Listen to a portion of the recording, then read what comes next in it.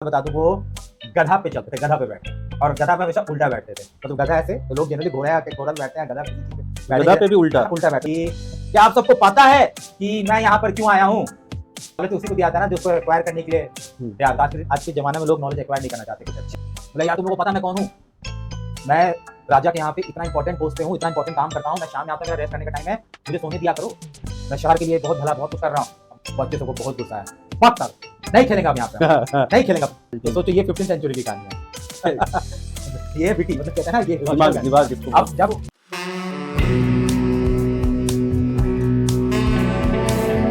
Welcome back guys. तो कैसे हैं आप सब? तो ये जो बताइए आज का हमारा टॉपिक क्या है? ARS जो आज का टॉपिक है, आज मैं बस कहानी जानना चाहता हूँ आपसे, कुछ लॉजिकल कुछ humor वाले पे कहानी बस जानना चाहता हूँ। तो आप कहानी सुनाइए कुछ आज। ठीक है, चलिए तो दो कहानी सुनते हैं। तो सबसे पहले मुल्ला नसरुद्दीन को जानते हैं? मुल्ला नसरुद्दीन का नाम सुना है? बहुत सुना है उनकी कुछ कहानियां पढ़ी कभी? क्या मतलब क्या जानते हैं उनके बारे में? कि वो बहुत अच्छे कविकार थे, तो उनके बारे में यही सुना है। टर्की में 13th सेंचुरी की बात है। अब एग्जैक्ट टाइमलाइन नहीं, क्योंकि आज तक इस बात का बहस है पूरी दुनिया में कि वो रियल कैरेक्टर थे या कोई माइथोलॉजिकल कोई ऐसे बस कहानी बन गई है कि ऐसा करके कोई एक बंदा हुआ करता था। लेकिन अगर टाइमलाइन देखा जाए तो टर्की में कुछ ऐसा प्रूफ मिला था कि 13th सेंचुरी के टाइम में वो टर्की में रहते थे और बहुत विटी, मतलब बहुत चालाक, बहुत समझदार, स्कॉलर, सूफी जानने वाले, बहुत लॉजिकल टाइप के इंसान। तो उनसे जुड़ी हुई बहुत सारी कहानियां हैं जो पूरी दुनिया भर में बोली जाती है, इंडिया में भी काफ़ी फेमस है। तो उन्हीं की एक बहुत फेमस कहानी सुनाता हूँ, बहुत लॉजिकल कहानी। पहले सुनाता फिर पूछूंगा कि लास्ट में समझे क्या उससे। तो बात एक बार की है, वो अपना एक शहर से हटके वो रहते थे। वो जैसे बीच शहर में नहीं, बीच शहर से थोड़ा हटके उनका घर था, वहाँ रहते थे। तो जो गांव वाले थे उस बगल वाले, तो उन सबको पता था उनके बारे में कि ये बहुत नॉलेजेबल हैं, बहुत कुछ अच्छी अच्छी बातें लोगों को बताते हैं। तो इनको इनवाइट किया जाए गांव में ताकि ये हमें मार्गदर्शन दें। तो कुछ जो बूढ़े बुजुर्ग थे उस गांव के, वो उनके पास गए इनविटेशन लेके कि सर चलिए आप आइए कल और पूरे गांव को एड्रेस कीजिए, कुछ मार्गदर्शन दीजिए, कुछ अच्छी बातें बताइए ताकि हमारे यूथ का, हम सबका भला होगा। तो बोले ठीक है, कल मैं 10 बजे आऊँगा। तो एक असेंबली एरिया था वहाँ पे जहाँ पे सब सुबह 10 बजे पहुँच गए। तो वो आए। उनके बारे में एक बात बता दूँ, वो गधा पे चलते थे, गधा पे बैठते और गधा पे हमेशा उल्टा बैठते थे। मतलब गधा ऐसे तो लोग जनरली घोड़ा पे बैठते हैं, गधा गधा पे भी उल्टा बैठते। तो वो उसका उनका मतलब जिधर गधा का फेस, गधा जैसे आगे जा रहा है तो उस तरफ उनका पीठ होता था, उल्टा बैठ। रीजन था कि जब वो चलते तो उनके पीछे भीड़ चलती थी, तो उल्टा बैठ के लोगों को एड्रेस करते हुए चलते। तो रीजन था। तो आप फोटो देखोगे ना तो सारी ऐसी फोटो मिलेगी उल्टा बैठा हुआ। तो बस उल्टा बैठ के गधा पे पहुंच गए। उसे असेंबली एरिया पे जो चबूतरा बना हुआ था उस पे चढ़े। चढ़ते साथ सबसे पहले उन्होंने क्वेश्चन किया कि क्या आप सबको पता है कि मैं यहाँ पर क्यों आया हूँ? क्वेश्चन किया। अब भीड़ जितनी भी थी सब क्या बोलेगी, आप वो एड्रेस करने आया तो एग्जैक्टली सबने बोला नहीं हमें तो नहीं पता है। ठीक है, तो उन्होंने बोला तो फिर मेरा यहाँ क्या काम, जब आप सबको पता ही नहीं कि मैं यहाँ क्यों आया तो मैं चलता हूँ। वो चले गए। सबको लगा अरे यार ये तो चले गए। सारे जो बूढ़े बुजुर्ग जो उनको इनवाइट किए तो बड़े टेंशन में आ गए। फिर शाम हुआ, फिर बोला अरे सर आप तो आगे बिना कुछ बोले, आपने ऐसा क्वेश्चन पूछा, नहीं पता था आप क्यों आए सबको, तो सबने ऐसा जवाब दिया, आप आ गए। सर ऐसे कैसे होगा, आपको तो आना पड़ेगा, आपको तो एड्रेस करना पड़ेगा, आपको तो बताना पड़ेगा। हाँ चीज़ों को। तो चलो ठीक है कोई बात नहीं, मैं कल फिर आऊँगा। चलो फिर 10 बजे पहुँच गए गधे पे उल्टा बैठ कर। फिर वो असेंबली उस चबूतरा पे चढ़े, असेंबली एरिया में पहुँच कर फिर जोर से चिल्लाए, क्या आप सबको पता है कि मैं यहाँ पे आज क्यों आया हूँ? अब सबको यहाँ तक कि कल तो बोल दिए नहीं पता है, वो भाग गए। सबने बोलते हैं हाँ पता है आप क्यों आए हैं। तो फिर वो बोलते हैं कि जब आप सबको पता ही है मैं यहाँ पे क्यों आया हूँ तो फिर मेरा यहाँ क्या काम? फिर चले गए। सारे टेंशन में आ गए, जितने उनके एंसेस्टर जो बूढ़े बुजुर्ग सब बहुत टेंशन में आ गए। तब क्या किया जाए? फिर सामने सब पहुंचे। अरे सर आप ऐसे क्यों कर रहे हैं सर, ऐसे परीक्षा मत लीजिए हमारी, प्लीज आप आइए सर, आप बताइए, आप मार्गदर्शन दीजिए। तो बोले ठीक है चलो फिर अभी हो गए, कल मैं फिर आऊंगा। बोले ओके। कल फिर गधा पे उल्टा बैठ के वहां पहुंच गए। फिर जब असेंबली एरिया पे वो वहां पे चढ़े तो सबसे सेम क्वेश्चन, क्या आप सबको पता है कि मैं यहाँ पे क्यों आया हूँ? अब 2 दिन का कहते हैं ना, दूध का जला मट्ठा भी फूक, छाछ मट्ठा भी फूक फूक के पीता है। अब सबको तो डर था कि पहला दिन बोले कि नहीं पता है भाग गए, दूसरा दिन बोले पता है तो भाग गए, तो अब क्या करें। तो आधों ने बोला कि नहीं पता, आधों ने बोला पता है। तो बोले फिर मेरा यहाँ का काम आप सब जिनको पता है वो जिनको नहीं पता उनको बता दीजिए, तो आप एक दूसरे से बात कर लीजिए और मैं चलता हूँ। हाँ। और फिर वो चले गए, कहानी खत्म। अब बताइए इस कहानी से क्या समझने को मिलता है, बताइए ये क्या है इस कहानी का मतलब। कहानी का मतलब तो मुझे जहां तक लग रहा है, क्या इससे निष्कर्ष मैं निकालूं, आप खुद ही बताइए। आज के, पता मैं कभी कभी सोचता हूँ, हम ये तो मुल्ला नसरुद्दीन की कहानी की बात की मैंने, पर आप पीछे की मतलब कोई 400 500 1000 2000 मतलब जितनी भी पुरानी कहानियां पढ़ोगे ना, और आज के डेट में जब उसको पढ़ते हैं ना, तो हमें ऐसा फील होता है कि कहानी आज की डेट में कितना रिलेवेंट है। सोचो उस जमाने में किसी ने लिखी ये कहानी 700 800 साल पुरानी है। अगर 13 सेंचुरी की बात हो रही है तो हो गई ना 700 800 साल पुरानी। तो आप सोचो कि उस जमाने की एक कहानी आज भी कितना रिलेवेंट है, कैसे ये रिलेवेंट है। कभी आपने देखा है कि आज के डेट के जितने भी लोग हैं कितने होशियार हो गए।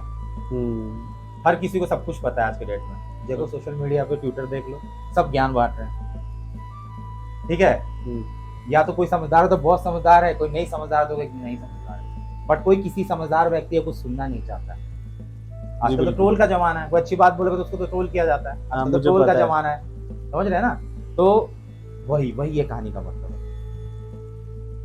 कि जब मैं आया हूं तो सुनो मैं क्या बोलना चाहता हूँ, समझिए लॉजिक, समझिए इस कहानी का, कि जब लोगों को पता ही नहीं है कि क्यों आए, जिन्होंने बुलाया है तो फिर उनका कहने का मतलब नहीं था, या फिर जब लोगों को पता ही हो क्यों आए हैं तो फिर उनका सच में वहां कोई काम नहीं है। कहते हैं ना एम्प्टीनेस, आपको अंदर से, आपको जब कुछ सीखना है तो आपको अंदर से खाली होना पड़ेगा, खालीपन, शून्य होना पड़ेगा। अब भरा हुआ गिलास में पानी डालोगे तो गिरेगा ना। तो वही बात है ना, आज के समझदार लोग इतना समझदार हो गए कि उसको नॉलेज दोगे तो नॉलेज तो छलक जाएगा ना, तो पानी छलक जाता है। तो नॉलेज तो उसी को दिया जाता है ना जो उसको एक्वायर करने के लिए तैयार। तो आज के जमाने में लोग नॉलेज एक्वायर नहीं करना चाहते, कुछ अच्छे समझदार लोगों की बात नहीं सुनना चाहते। ये इस कहानी।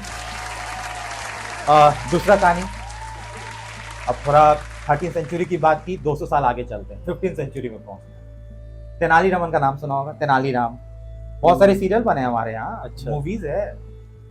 तो 15 सेंचुरी में साउथ में एक विजयनगर एम्पायर था, उसमें एक राजा थे कृष्णा देव आर्य, उनके कोर्ट में वो मंत्री थे।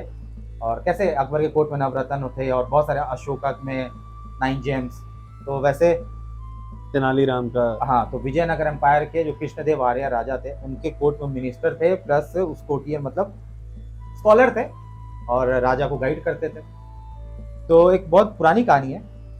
अब उनके पास, उनको बहुत सारी रिस्पॉन्सिबिलिटीज मिली हुई थी क्योंकि बहुत समझदार थे। देखिएगा उनके बहुत सारे वीडियोज हैं, बहुत मतलब कार्टून भी है, मूवीज भी है, सीरीज भी है, यूट्यूब पे देखिएगा बहुत सारे।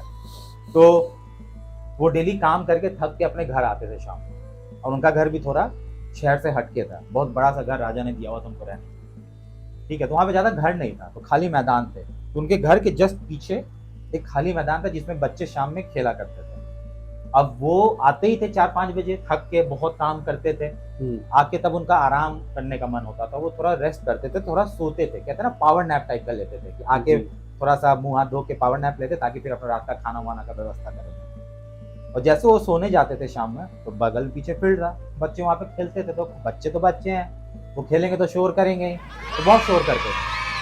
अभी जस्ट उनके रूम घर के पीछे वो फील्ड का मैदान था, तो बहुत सारा शोरगुल होता था, बहुत आवाज़ आती थी, जिससे उनका नींद डिस्टर्ब होता था। तो वो गुस्सा भी आता था। एक दिन, बहुत दिन उनने कान में रुई डाला, तकिया से कान डाला, खिड़की दरवाज़ा बंद किया, बहुत कोशिश किया, लेकिन आवाज़ तो आई गई ना, बच्चे खेल रहे, बहुत जोर से चिल्ला रहे हैं। एक दिन गुस्सा होकर फील्ड में गए, बोला यार तुम लोगों को पता मैं कौन हूँ? मैं राजा के यहाँ पे इतना इंपॉर्टेंट पोस्ट पे हूँ, इतना इंपॉर्टेंट काम करता हूँ, मैं शाम में आता हूँ, मेरा रेस्ट करने का टाइम है, मुझे सोने दिया करो, मैं शहर के लिए बहुत भला बहुत कुछ कर रहा हूँ। बच्चे से बात कहाँ समझेंगे, बोला अरे मुझे क्या है, आप जाओ यार, हम खेलेंगे यही फील्ड, हम यहाँ पे खेलेंगे। बच्चे क्यों, बच्चे तो बच्चे होता ना, क्यों उनका बात, बच्चे खेल, उनकी क्या गलती है? उनकी गलती भी क्या, अरे खेल रहे हैं, फील्ड है, खेल रहे हैं, उनकी कोई गलती नहीं। वो आ गए, बच्चे तो खेलना छोड़ा नहीं, खेल रहे। अब उनको लगा कि कुछ तो इसका उपाय करना पड़ेगा। अब तेनालीराम के बारे में भी बहुत, कहते हैं ना, बहुत चालाक, बहुत समझदार, बहुत लॉजिकल, जैसे अकबर बीरबल जो था ना, उस टाइप को तेनालीराम। तो एक दिन शाम में आए, देखे बच्चे सब खेल रहे, तो बच्चे सबको बुलाया, बोला बेटा कहाँ आओ, इधर आओ, अब सब आओ। सबको लगा कि फिर ये आज हम लोग को डांटेंगे, फिर खेलने का मना कर, सब आए पूरा एकदम पहले इनको, देखिए हम लोग यही खेलेंगे। अरे नहीं बेटा, खेलने खेलो खेलो, तुम लोग खेलो, लेकिन आज से तुम लोग को डेली खेलने का मैं 10 रुपया दूंगा। बच्चे सब खुश, अरे अभी कल तक खेलने के लिए मना कर रहा था, 10 रुपया देने को तैयार है। बोला खेल लो, खेल के जब घर जाते रहोगे आना, मेरे गेट पे नॉक करना, पैसे लेके जाना। बच्चे लोग झूठ बोला, मजाक कर रहे हैं। बच्चे लोग खूब खेले, अपना शोर वोर किए। जब खेल खत्म करके अंधेरा होने लगा, घर जाने लगे, तो आए गेट पे नॉक किए, दिए सबको 10 रुपया। लो बेटा, सब खुश, वाह 10 रुपया दे, खेलने के पहले मना कर रहा था, खेलने के लिए भी दे रहे हैं और 10 रुपया भी दे रहे हैं। तो हर दिन बच्चे शाम में पहुंच जाए 10 रुपया लेने के लिए। ऐसे 2-4 दिन तक दिए। उसके बाद चौथा 5वां दिन जब हुआ तो 5 रुपया देने लगे। बच्चों ने बोला अरे 5 रुपया दे रहे हैं आप, 10 रुपया दे रहे थे आप, बोले थे 10 रुपया देंगे। मैं बेटा सैलरी नहीं मिली है, कोई बात नहीं है, अब 5 रुपया से काम चला लो, आएगी सैलरी तो दे दूंगा। मैं बोला चलो ठीक है यार। बच्चे बोले कहाँ, पहले भगा रहा था खेलने के लिए, पैसा तो दे रहा है, 10 दे रहा, चलो 5 पैसे तो मिल रहे हैं। फिर 2-4 दिन 5 रुपया देते रहे, ठीक है। उसके बाद ऐसी 2-4 दिन बीता, बच्चे फिर पैसे लेने गए तो 1 रुपया देने लगे। बच्चों को बहुत गुस्सा आया, बोले 1 रुपया दे रहे हैं आप। अरे बेटा बताया ना, सैलरी नहीं मिली अभी तक, अब मेरे पैसे खत्म हो रहे हैं, आप 1 रुपया से ही काम चलाओ, अभी मैं दे दूंगा, सैलरी आई दे दूंगा। बच्चे लगे चलो ठीक है ना, 1 रुपया का चॉकलेट खा लेंगे। 2-4 दिन 1 रुपया दिए। एक दिन सब नॉक करने पहुंचे, एक तो बहुत लेट से गेट खोले पहुंचे, बोले बेटा आज मेरे पास पैसा नहीं है यार, अब पैसा नहीं दे पाऊंगा मैं, सैलरी नहीं मिल रही, पैसा नहीं दे पाऊंगा। बच्चे सबको बहुत गुस्सा आया, 5 साल नहीं खेलेंगे आप यहाँ पे, नहीं खेलेंगे, खेलेंगे नहीं अब आप बोले से पैसा देंगे, 10 दिए, 5 दिए, 1 दिया पैसा, अब हम लोग नहीं खेलेंगे, कल से आप खेलेंगे नहीं। सॉलिड कहानी समझ गए? कहानी समझ में आया कि पैसा भी ये बिटी कहते हैं ना, ये दिमाग किसको। अब जब बच्चों को खेलने के लिए रोका तो बच्चे नहीं माने, तो उन्होंने दिमाग लगाया और बस 10 दिन की मेहनत की, खेल से बच्चे लोग को रोक लिया, ना लड़ाई झगड़ा करना पड़ा, बच्चों को डांट डपटना पड़ा। तो सोचो ये 15th सेंचुरी की कहानी है। इस कहानी से हमें क्या सीखने मिला कि कैसे किसी को भी भगा के डांट के भी नहीं बोलना है और प्यार से भी सारा काम करा लेना है। वही बात है कि दुनिया में हर चीज का सॉल्यूशन है, आपको सॉल्यूशन निकालना आना चाहिए। तो जो कहावत है ना, घी सीधी उंगली तो टेढ़ा, तो चलो टेढ़ा उसमें अलग सेंस में लोग ले जाते हैं कि कुछ अदर वेज यूज कर लो। नहीं, जो कहावत है कि घी सीधी उंगली से नहीं निकले तो उंगली टेढ़ा करो, उसका मतलब ही यही होता है कि आप अपने दिमाग का यूज कीजिए। जो उंगली टेढ़ा का मतलब है आप यहाँ से सोचिए, आप दिमाग यूज कीजिए। वही बात है कि उन्होंने बहुत सिंपल एक तरीका लगाया और बच्चों को खेलने से रोक दिया। तो कितना रिलेवेंट कहानी है आज के डेट में, काफी अच्छा। तो बस यही 2 कहानी था, कोई नहीं, नेक्स्ट वीक फिर हम कोई अच्छे टॉपिक के साथ रहेंगे। आप कमेंट करके बताइए किसी अगर टॉपिक पे चाहते हैं डिस्कशन तो, और हमारे चैनल को सब्सक्राइब कीजिए, हमारे शॉर्ट्स वीडियो देखते रहिए और हमारे साथ इसी तरह बने रहिए। तो ये जी कुछ आप बोलना चाहते हैं हमारे व्यूवर्स को? अगर आप लोगों को ये कहानी पसंद आई, ये दोनों कहानी, तो प्लीज लाइक, शेयर और सब्सक्राइब करें। Okay guys, thank you very much. Thank you.